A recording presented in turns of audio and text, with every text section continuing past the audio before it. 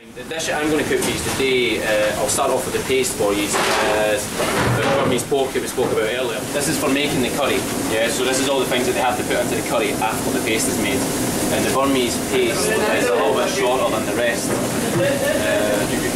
Which we've got a page for curries. They call them sauces. Right, so fresh paste. So in the Burmese curry, the actual paste, all that's going into that is lemongrass, galangal, which a lot of people in Britain assume is ginger, but it's not. It's completely different. It's a different flavour, different spice. Fresh ginger, fresh chilies, dried chilies, shallots, shrimp paste, coriander seed, cumin seed, and curry powder.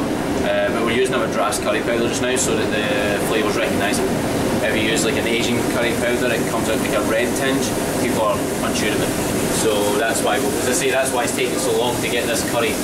You've really got to give people things which they're familiar with. Yeah. If it's not familiar to them, they won't say they don't. And it was nice, but it wasn't for them. They just said, I didn't like it. Well, what didn't you like about it? Oh, the flavour. What was you didn't like about the flavour? And when you start asking people these questions, they're just like, and it's just about educating people their palate. So we're taking it slowly and bringing it through. Like the northern yellow curry is the most complicated spice. That and the Sarawak paste, both of them are 28 plus spices.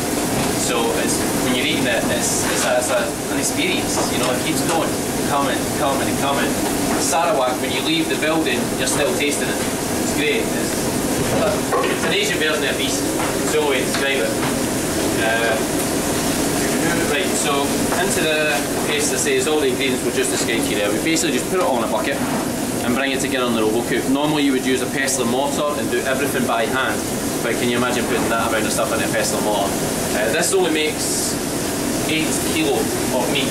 So 8 kilo of meat goes to this 1 kilo spice. And we make it bigger batches than that. This is obviously just what we make.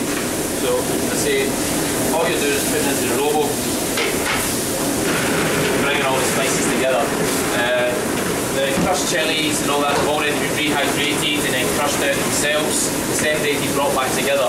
The Robo acts like a pestle in the sense it brings all the spices together again, and you know, then we break them down again when we cook them. So it's a process, you know.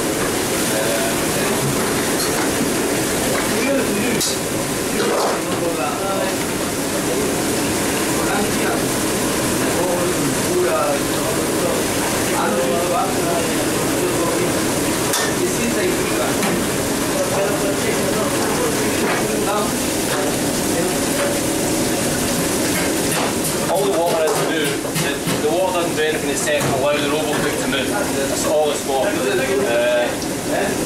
The smell is why these are probably better staying over there. It's fish sauce and fish paste. Shrimp paste. It's not the nicest, shall we say, but without the curry itself doesn't taste right. It's funny. So this is the paste. As you can see, they're all going on in there. This one is the more simpler paste. The smell is predominantly the fish paste or the prawn paste, whatever you want to call it, but there's so much going on in there. All we do to that is bring up the heat, make it oil, and start, there we go. So you're just bringing it together.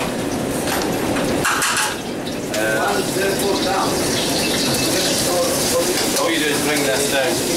Do it in a wok so you can see me doing it, but usually we do it in one of these to get it moving. And the smell of this is so intense. You know, like I just got a whip of it right up my nose there. It's great. And you bring this together on high heat. As you see, my eyes are starting to water because of the actual heat.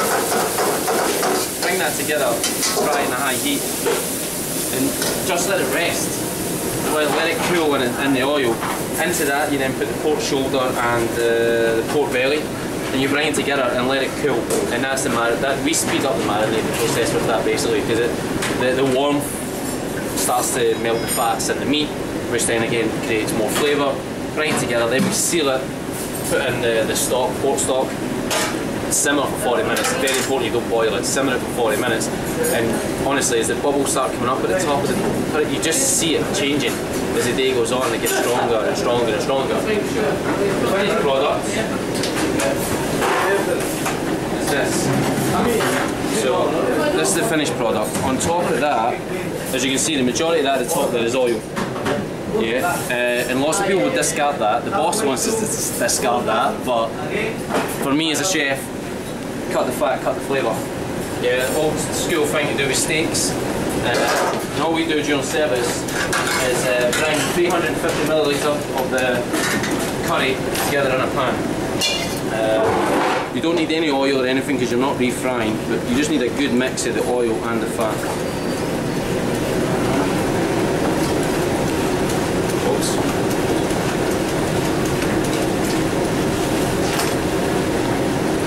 And so that we don't waste any of the curry, we don't just keep piling in the sauce, we just use some of the water, boil it, to heat it through. That water will obviously evaporate and go back to the flavour of this curry. Yeah, awesome. Right, so with the Burmese curry we've got Asian greens. Again, on it goes, a touch of sesame oil. Sesame oil burns really quickly, so use a bit of veg oil to stop that from burning.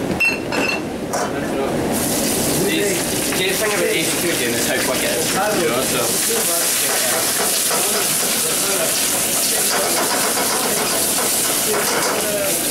I wish I had one of these when I was wilting 20 kilo of spinach, you know. Turn it off, and that's all you're doing, you're just starting to break it down, because you want that crunch in your curry, yeah? Almost tasted that in my finger then. So, we've got garnish trays everywhere, and all we do is finish that with some sesame seeds. Again, just for the look.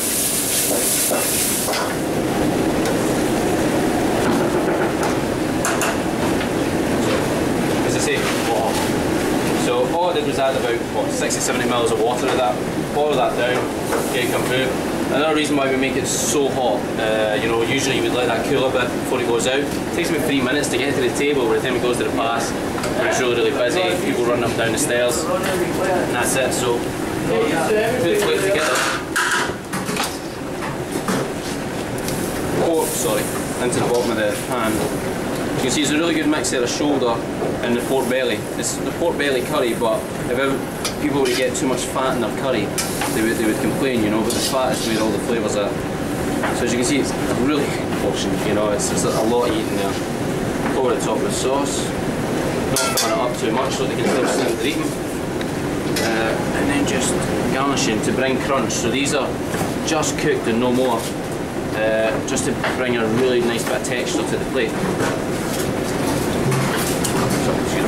What we do, we garnish that is a really big thing in Asian food is nuts.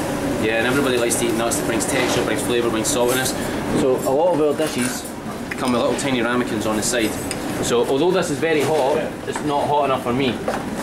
So I add chilli and peanuts just on the side. You go either side, and it comes with your normal ball of rice, lime wedge on the top for your acidity. That's it. It's really, really simple. It's a great dish. I would put rice on the plate, but as I say, it's cooking at the moment. Yeah, it's cooking away just now. And that's our dish.